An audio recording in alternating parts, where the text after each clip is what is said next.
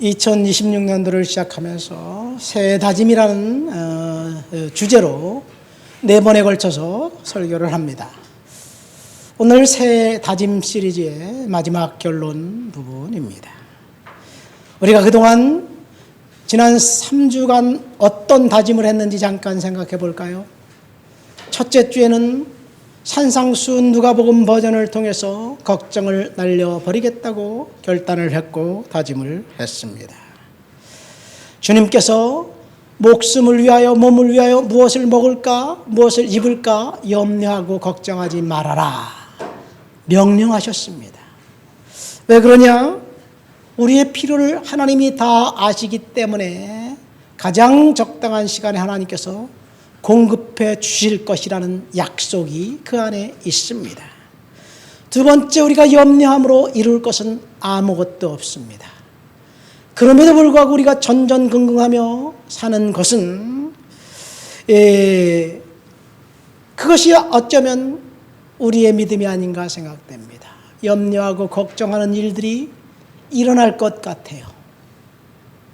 그때 가봐야 아는데 그것은 우리의 믿음이에요. 무슨 믿음이라고 이야기했습니까? 자가발전식 믿음이에요. 아직도 일어나지 않는 일을 비관적으로 생각해서 어떻게 그렇게 확신을 하는지 꼭 안 좋은 일이 100% 일어날 것 같이 그렇게 믿는 믿음이 우리 마음속에 있기 때문에 염려하고 걱정합니다. 하나님께 맡기시기를 예수님의 이름으로 축원드립니다. 두 번째 주는 사무엘의 기도를 통해서 이제 두 가지를 결단했습니다. 이 이스라엘 백성들이 범죄했음을 깨달을 때, 범죄했을 때 전쟁이 일어났습니다. 그래서 사무엘에게 찾아와 회개를 했습니다. 그래서 우리는 하나님 앞에 철저히 회개하기로 결단을 했습니다. 여러분, 우리의 삶을 돌아보아 하나님 앞에 고백해야 할 죄가 무엇인지 철저히 찾아내서 회개할 때 막힌 일이 풀리고 그리고 뚫릴 것입니다.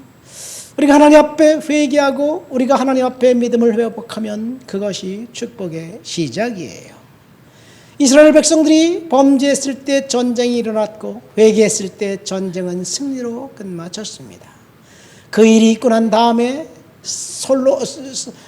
그 사무엘 선지자가 백성들에게 이렇게 약속합니다. 나는 너희를 위하여 기도하기를 쉬는 죄를 결단코 범하지 않겠다. 그러니까 두 번에 걸쳐서 1월 둘째 주에 두 가지를 결단했는데 첫 번째는 회개하기로 결단하고 두 번째는 기도하기로 결단했어요. 어떤 일을 하기 전에 뭔가를 시도하기 전에 우리가 하나님 앞에 기도하고 하나님 앞에 묻고 일을 시작하기로 결단을 했습니다. 우리가 어떤 일을 하든지 간에 기도를 멈추지 마시기를 예수님의 이름으로 축원드립니다. 우리가 기도한다면 하나님께서 분명히 알려주실 거예요. 응답받고 응답을 올해 우리는 기도함으로 경험하게 될 줄을 믿습니다. 그리고 우리가 지난주에는 시편 119편의 말씀을 가지고 말씀이 우리의 삶의 지표가 되고 말씀을 가지고 살기로 결단했습니다. 그래서 어떤 성도는 묵상을 계속하기로 결단하고 어떤 성도는 성경을 쓰기로 결단하고 성경을 읽기로 결단하고 어쨌든 말씀 가운데 살기로 결정하고 결단했습니다. 저 역시 가급적이면 매일 묵상을 하려고 해요. 묵상을 하고 그 묵상하면서 하나님께서 주신 레마의 말씀을 가지고 그 다음날 새벽에 제가 설교를 합니다. 이렇게 말씀 가운데 우리가 살아갈 때 하나님께서 저와 여러분들의 인생을 간섭해 주실 줄을 믿습니다.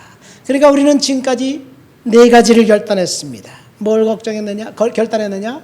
염려와 걱정을 날려버리고 겠다는 결정. 두 번째, 매일매일 회개하기로 우리는 결단했고 그리고 기도하기로 결단했습니다. 그리고 4번째는 말씀이 우리의 마음과 생각과 눈과 입술을 지배하게 해달라고 그런 삶을 살기로 결단을 했습니다. 오늘 우리는 시편 46편의 말씀을 통해서 하나님을 철저히 신뢰하기로 결단하게 될 줄을 믿습니다. 오늘 우리가 읽은 시편 46편은 고라 자손의 시라고 되어 있습니다. 주제는 고난 가운데서도 보호해 주시는 하나님입니다. 하나님을 신뢰하고 하나님을 믿고 하나님을 의지하고 올해를 살기로 우리는 오늘 말씀을 통해서 결단하게 될 것입니다. 다시 한번 하나님을 신뢰하겠다.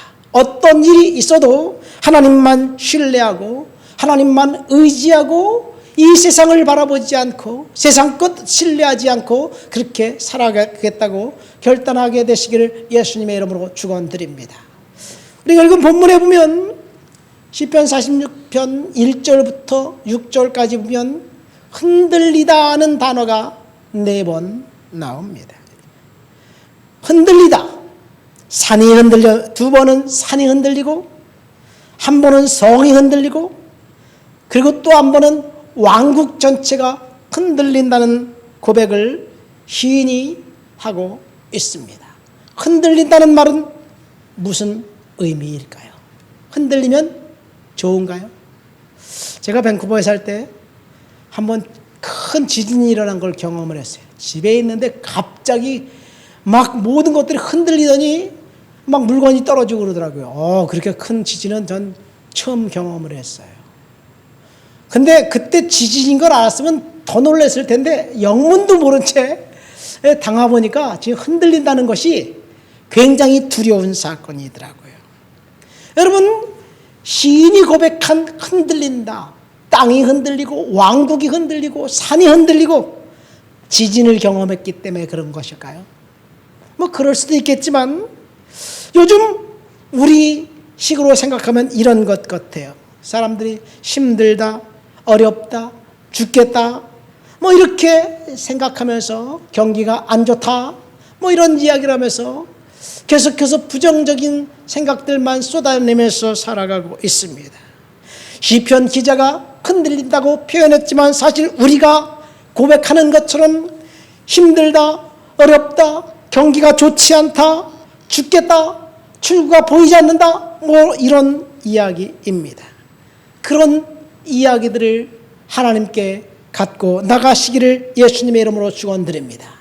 시인은 산이 흔들리고 땅이 흔들리고 왕국이 흔들리지만 그런 상황 속에서 상황을 보면서 절망하고 낙담한 것이 아니라 하나님을 피난처로 삼고 살겠다고 고백합니다.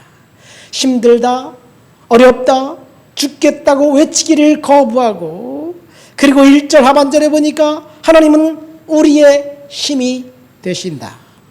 하나님은 환난 때 만날 큰 도움이 되신다. 이렇게 고백했습니다.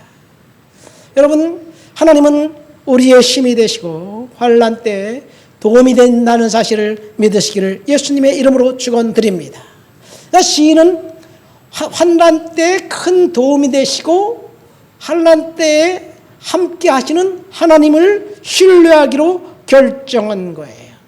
잠잠히 하나님을 바라보기로 결단한 것입니다. 여러분, 시인처럼 우리가 하나님을 바라보며 하나님을 신뢰하고 하나님 앞에 모든 문제를 내려놓기로 결단하시기를 예수님의 이름으로 축원드립니다.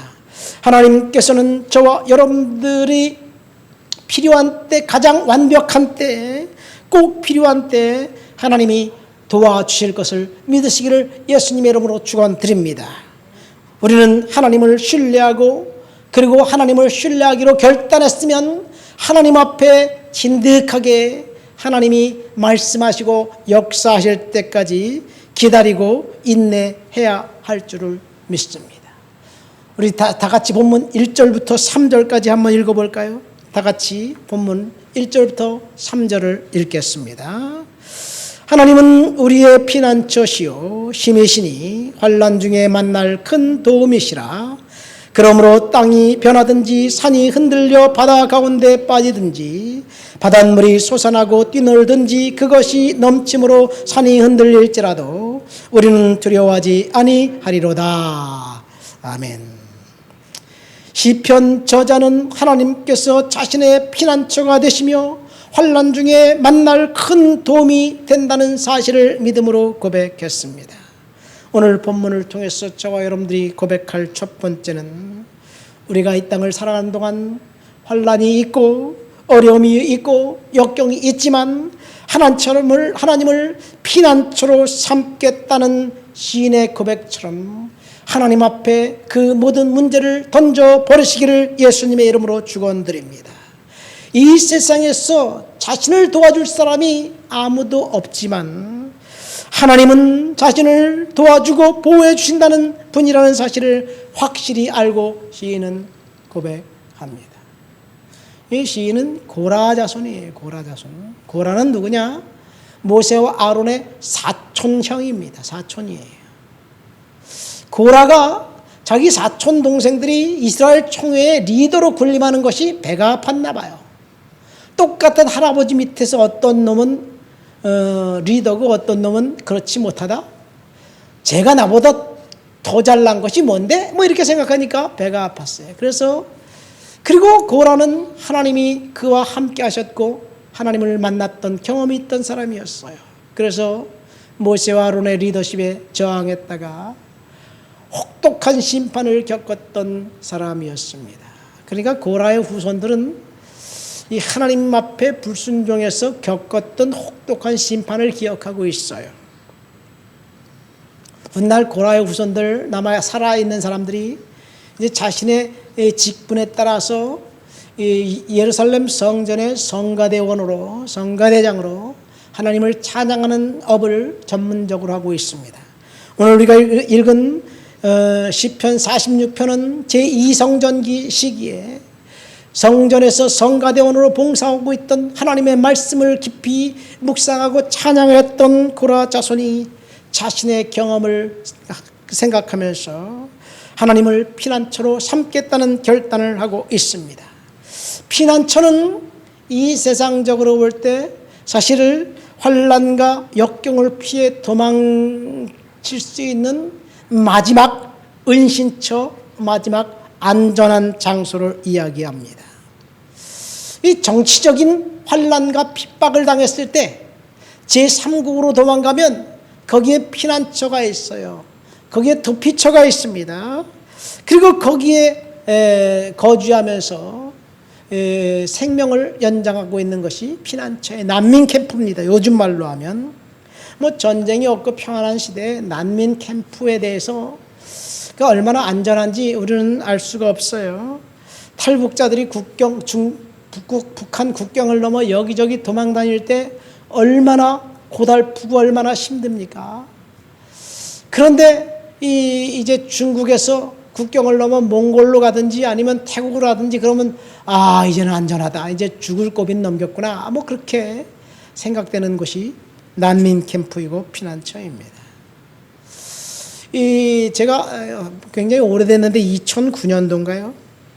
2007년도인가요? 미국 아틀란타에 있는 이 난민을 전문적으로 담당하고 사역했던 그런 캠프 난민 기구에 한 달간 제가 방문했던 적이 있어요. 오래된 전 얘기죠. 거기에 보면 미얀마를 탈출해서 국경을 넘어 태국 난민촌에서 살다가 정말 하나님의 은혜로 미국의 망명지위, 난민지위를 받고 귀국한 사람들을 만났습니다. 그들은 버마에 살고 있는 카렌족들이었어요. 카렌족. 사실 카렌족들은 버마와 태국 산지에 살고 있는 산지족들입니다. 이들이 1700년대 말에 미국인 선교사, 미국으로 간 선교사로 간 버마 선교의 아버지라고 있어요. 선교의 아버지 하면 인도에 갔던 윌리엄 캐리를 말하지만 이 미국에 쓴 선교사로 버마와 태국에 갔던 선교사 아도니람 저드슨이라는 사람이 있는데 침례교 선교사입니다. 이 아도니람 저드슨에 의해서 그 모든 종족들이 예수 믿기 시작했고 미얀마가 그리고 태국이 불교 국가인데 그들은 종족이 침례교도가 되었습니다. 이렇게 해서 침례교를 믿으면서 산지에서 이제 교회를 세우고 하나님을 예배하고 찬양하고 살던 그런 사람들이 정치적인 환경이 바뀌어서 원래 2차 대전이 끝나고 카렌족들을 독립하기를 원했는데 사실 자기들이 원한다고 되나요? 연합군에 의해서 국경이 갈라서 어떤 카렌족은 버마에 남아있고 어떤 카렌족들은 태국에 남아있고 흩어졌습니다. 근데 버마가 미얀마로 이제 군부 정권이 바뀌면서 카렌족들을 철저하게 죽이기 시작했습니다. 카렌족이 버마에 살고 있는 카렌족이 한 500만 명 정도 됐는데 그 중에 250만 명 정도가 처참하게 살해를 당했어요. 척 콜슨이 쓴 책에 보면 이런 내용이 나와 있습니다. Rise that go unchallenged in the popular culture라는 책이에요. 여기 보면 미얀마 정부가 이제 친족, 카렌족 이런 사람들을 어떻게 살해하고 교회를 부수고 그것에 불탑을 세웠는지 잘 나와 있습니다. 이 사람들을 죽이고 불교 행사에 돈을 내도록 강요하고 마을을 불태워버려요. 그럼 마을이 불타면 도망갔던 사람들이 폐허더미가 된 그 마을에 다시 돌아와 거기다 딱 십자가 하나 세워놓고 거기서 하나님을 예배하는 거예요. 여성들은 강간을 하고 사지를 절단해서 경고의 표시로 말뚝에 세워서 걸어놓고 20세기에 이런 일들이 있었습니다. 그렇지만 이들은 참혹한 고난 속에서도 다시 찾아와 하나님 앞에 예배하고 하나님을 이제 십자가를 세워놓고 그런데 어쨌든 살 수가 없어서 이들은 국경을 넘어 태국에 갔더니 거기 난민 캠프가 있어요. 여러분 실베스터 스텔론이 주연한 영화 람보라는 영화가 있어요. 람보 4에 라스트 블러드라는 그 영화가 버마의 카렌족 살상 인종 말살 정책할 때 그들을 구출해낸 이야기입니다. 여러분 한번 그 영화를 보시기를 바랍니다. 얼마나 성도들이 핍박을 당하고 있는지. 물론 그 영화는 기독교 영화가 아니기 때문에 많이 다릅니다. 그러나 거기서 한 가지 볼 수 있는 것은 철저하게 교인들이 성도들이 핍박당하는 그런 모습이에요. 이렇게 난민 캠프에 갔는데 난민 캠프에 가면 이제는 목숨이 위협하는 그런 목숨의 위협으로부터는 안전해집니다. 그러나 그곳에 갔다고 그들이 안전할까요? 그들이 거기서 살다가 유행이 하나님의 은혜로 미국으로 건너가 거기서 이제 난민의 지위를 받고 영주권을 받고 그렇게 산다고 그들의 인생이 변할까요? 제가 2007년도에 갔을 때 마침 기회가 돼서 카렌족 교회에 가서 설교를 할 기회가 있었어요. 제가 목사였으니까. 그때 제가 영어로 설교를 했어요. 하나님의 은혜로 그래도 뭐 영어로 설교할 수 있을 정도로 하나님이 이렇게 은혜 주셔서 그것도 감사하지요. 이 카렌족 청년이 이제 자기네 나라 말로 통역을 해주고 나는 영어로 설교를 했는데 그때 지금도 눈에 선한 10살짜리 소녀아이, 그 아이의 이름이 솜니아예요. 벌써 2007년도니까 한 뭐 몇 년이 10몇 년이 지났네요. 20년 가까이 지났나요? 어쨌든 다 큰 성인이 돼서 됐겠지만 그 아이의 10살짜리 꼬마 아이의 눈에서 흐르는 눈물을 지금도 잊을 수가 없어요. 이 난민이라는 것이 바로 그거예요. 생명의 위협을 받고 있는 그 상황 가운데 하나님의 완벽한 보호, 여러분 하나님의 보호는 완벽하다는 사실을 믿으시기를 예수님의 이름으로 축원드립니다. 시인은 본인이 살고 있는 그곳에서는 불안하지만 하나님의 은혜 안으로 하나님의 이제 장막 안으로 피에 숨어 들어가면 하나님이 완벽하게 지켜준다는 사실을 그 사실을 고백한 거예요. 여러분 이 땅에 우리가 살면서 우리를 안전하게 지켜주고 보호해 줄 수 있는 장치가 어디 있나요? 시편 23편에 보면 이제 주는 나의 목자시니 내게 부족함이 없으리로다. 그러면서 원수의 목전에서 내게 상을 베푸시니, 그래서 상은 원수 앞에 상장을 수여한다는 말이 아니에요. 원수가 나를 잡으러 갔는데 원수가 앞에 있는데 주인하고 나와 같이 밥을 먹고 있는 거야. 우리는 이해가 안 돼요. 그러나 목자의 그 광야의 법칙에 의하면 이 광야에 살고 있는 목자의 그 텐트 안으로 누군가가 숨어 들어가면 목자가, 그 텐트의 주인인 목자가 그를 철저하게 보호해 주는 거예요. 고대 광야의 습관입니다. 이 도피성과 똑같아요. 무슨 말이냐면 부지 중에 살인을 저질렀든지 부지 중에 실수로 다른 사람을 다치게 했으면 그 사람을 복수하려고 복수자가 끝까지 따라가는데 도망가서 도피성에 거하면 그 도피성 성주, 목자, 텐트의 주인 되는 그 사람이 도피해온 그 사람을 철저하게 보호해 주는 것처럼, 원수는 지금 저 앞에서 나를 죽이려고 칼을 들고 번쩍이고 있는데 이 원수가 보는 앞에서 주인이 목자가 밥을 같이 식사를 하면서 그들로부터 철저하게 보호해 준다는 것, 이것이 피난처입니다. 오늘날 이제 중동의 베두인 목축을 하는 그 사람들의 문화에 아직도 있습니다.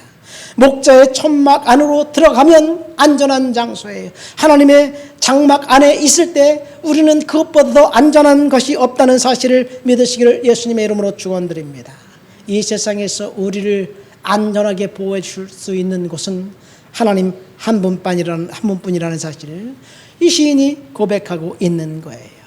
그렇지만 지금 안전하지만 목자의 그 장막을 떠나면 그 원수가 죽이려고 앞에서 기다리고 있는 거예요.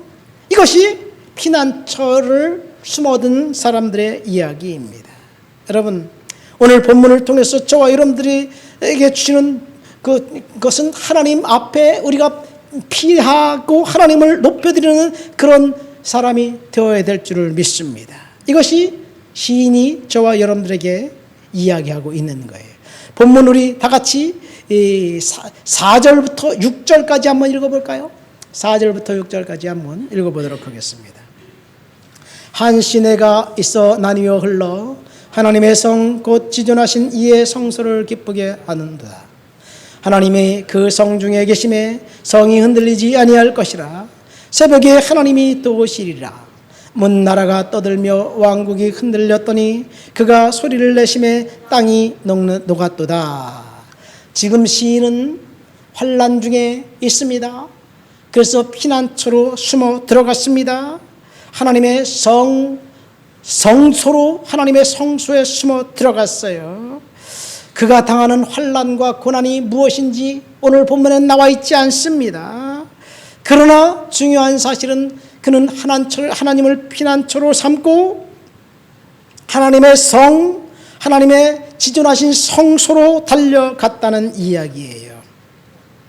근데 여기 이 구절에 보면 하나님께 달려갔는데 여전히 4절에 보니까 5절에 보니까 하나님이 성 중에 계심에 성이 흔들리지 아니할 것이라. 새벽에 하나님이 도우시리로다. 그런 이야기를 하고 있습니다. 하나님이 언제 도우시느냐? 새벽에 도와주신다는 이야기예요. 그러니까 우리가 하나님 앞에 기도하면 그 즉시 하나님이 됐다, 응답해 주시는 것이 아니라 하나님의 때가 있고 하나님의 시간이 있고 하나님이 새벽이 될 때까지 기다린다는 이야기예요. 왜 하나님이 새벽에 도와주실까요? 지금 일찍 도와주시면 어떨까요? 우리는 하나님께 기도하고 하나님께 매달리고 하나님께 간구할 때 하나님이 지금 당장 들어주시기를 원하고 바라는데 오늘 본문에 보니까 새벽에 하나님이 응답하신다는 이야기를 하고 있습니다.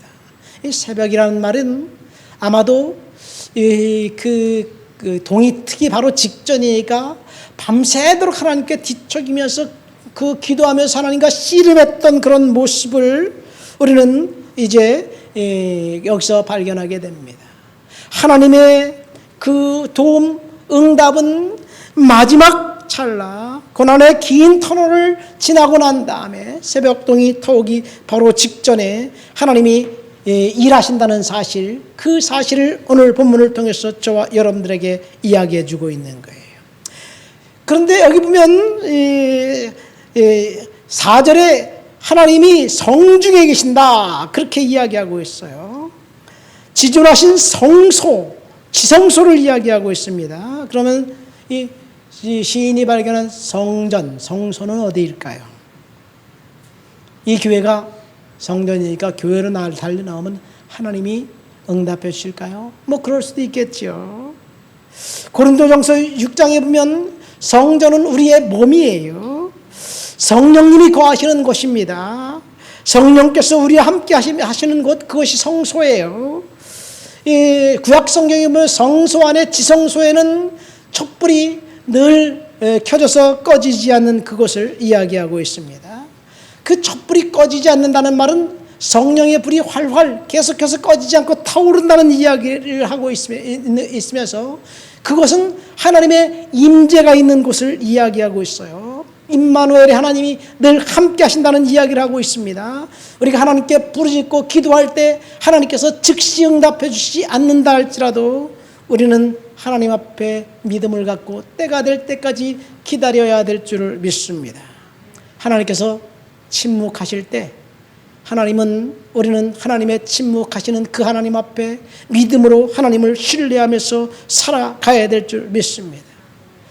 이 오스 힐먼이라는 사람이 쓴 책이 있어요. 그 사람이 쓴 책에 보면 소명이라는 책이에요. 하나님의 타이밍이라는 책인데 그 책에 보면 요셉이라는 사람의 이야기를 하고 있어요. 요셉 소명이라고 이야기하고 있습니다. 여러분 요셉 얘기를 하도 많이 했으니까 요셉 이야기 다 알죠. 요셉이 고난을 당하고 고통을 당한 시간이 13년이에요. 날마다 점점 나빠졌어요.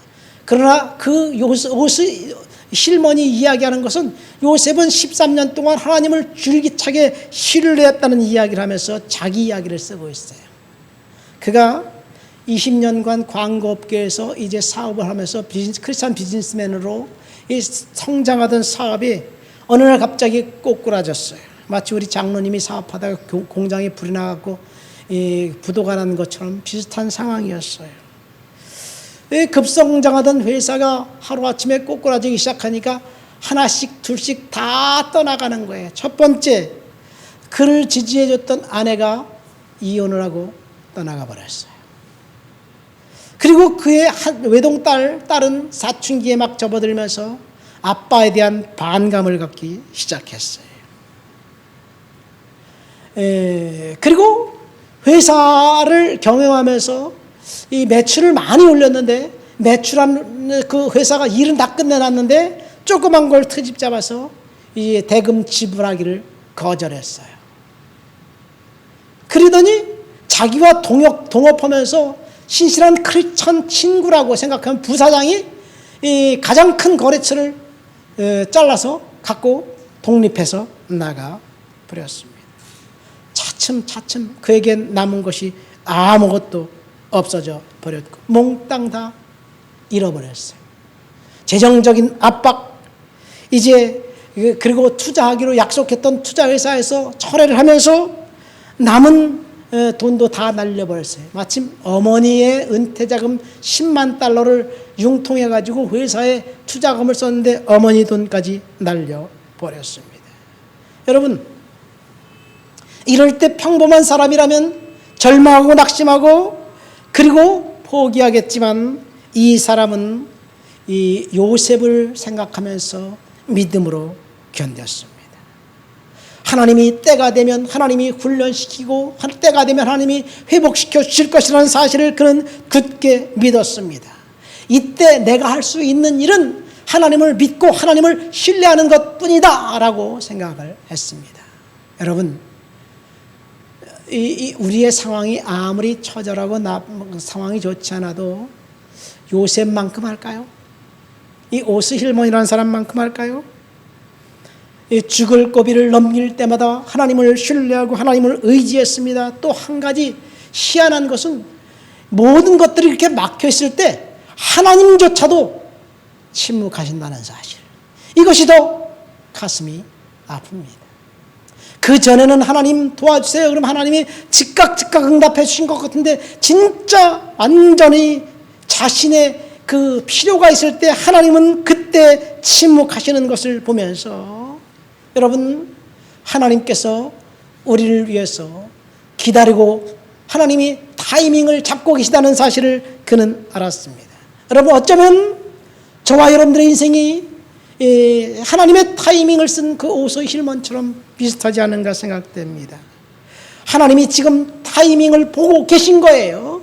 하나님의 타이밍이 언제냐? 오늘 5절에 보니까 새벽에 하나님이 도우시리라. 새벽은 해 뜨는 시간, 이른 아침을 말합니다. 새날이 밝아오기 바로 직전입니다. 이제 어제의 시간은 다 끝났습니다. 어제의 고난과 고통은 어제로 끝나고 새벽이 되면 하나님이 회복시켜 주실 것인데, 그 시간까지 우리는 하나님의 타이밍을 기대하면서 하나님을 신뢰해야 될 줄 믿습니다. 우리가 상상할 수조차 없는, 기억할 수조차 없는 그런 일들이 저와 여러분들을 통해서 하나님이 이루실 것을 기대하면서 우리는 믿음을 갖고 살아가야 될 줄 믿습니다. 하나님을 신뢰하며 사시기를 예수님의 이름으로 축원드립니다. 말씀을 맺습니다. 오늘 우리는 시편 46편 말씀을 통해서 올해 이제 2026년도를 시작하면서 1월에 4번에 걸쳐서 5가지 이 새 다짐을 했습니다. 마지막 다짐, 하나님 앞에 우리는 무슨 일을 경험하든지 하나님을 신뢰하고 그리고 믿음으로 살아가시게 되시기를 예수님의 이름으로 축원드립니다. 누구나 인생을 살다 보면 광야를 만나요. 하나님을 따르는 크리스천들에게 누구나 한 번쯤 광야를 통과하는 시간이 주어집니다. 이럴 때 하나님의 강한 팔을 구할 것이 아니라 하나님의 마음을 구하는 저와 여러분들이 되시기를 예수님의 이름으로 축원드립니다. 하나님과 깊은 관계를 여전히 맺으면서 그분의 임재를 기다리면서 믿음으로 살아갈 때 하나님께서 역사하실 거예요. 응답은 반드시 있습니다. 광야의 시간은 끝이 나게 되어 있습니다. 응답이 올 때까지 우리가 무엇을 하고 기다려야 되는지 시인이 10절과 11절에 이렇게 고백합니다. 우리 다 같이 한번 10절과 11절을 읽어볼까요? 이르시기를 너희는 가만히 있어 내가 하나님됨을 알지어다. 내가 문나라 중에서 높임을 받으리라. 내가 세계 중에서 높임을 받으리라 하시도다. 만군의 여호와께서 우리와 함께 하시니 야곱의 하나님은 우리의 피난처시로다. 여기 보면 너희는 가만히 있어 내가 하나님됨을 알지어다 라고 이야기합니다. 하나님의 타이밍이 될 때 하나님이 응답해 주실 것이에요. 그것을 기대하면서 우리는 하나님을 신뢰하고 믿음으로 살기로 결단하시기를 예수님의 이름으로 축원드립니다. 우리 다 같이 통성으로 하나님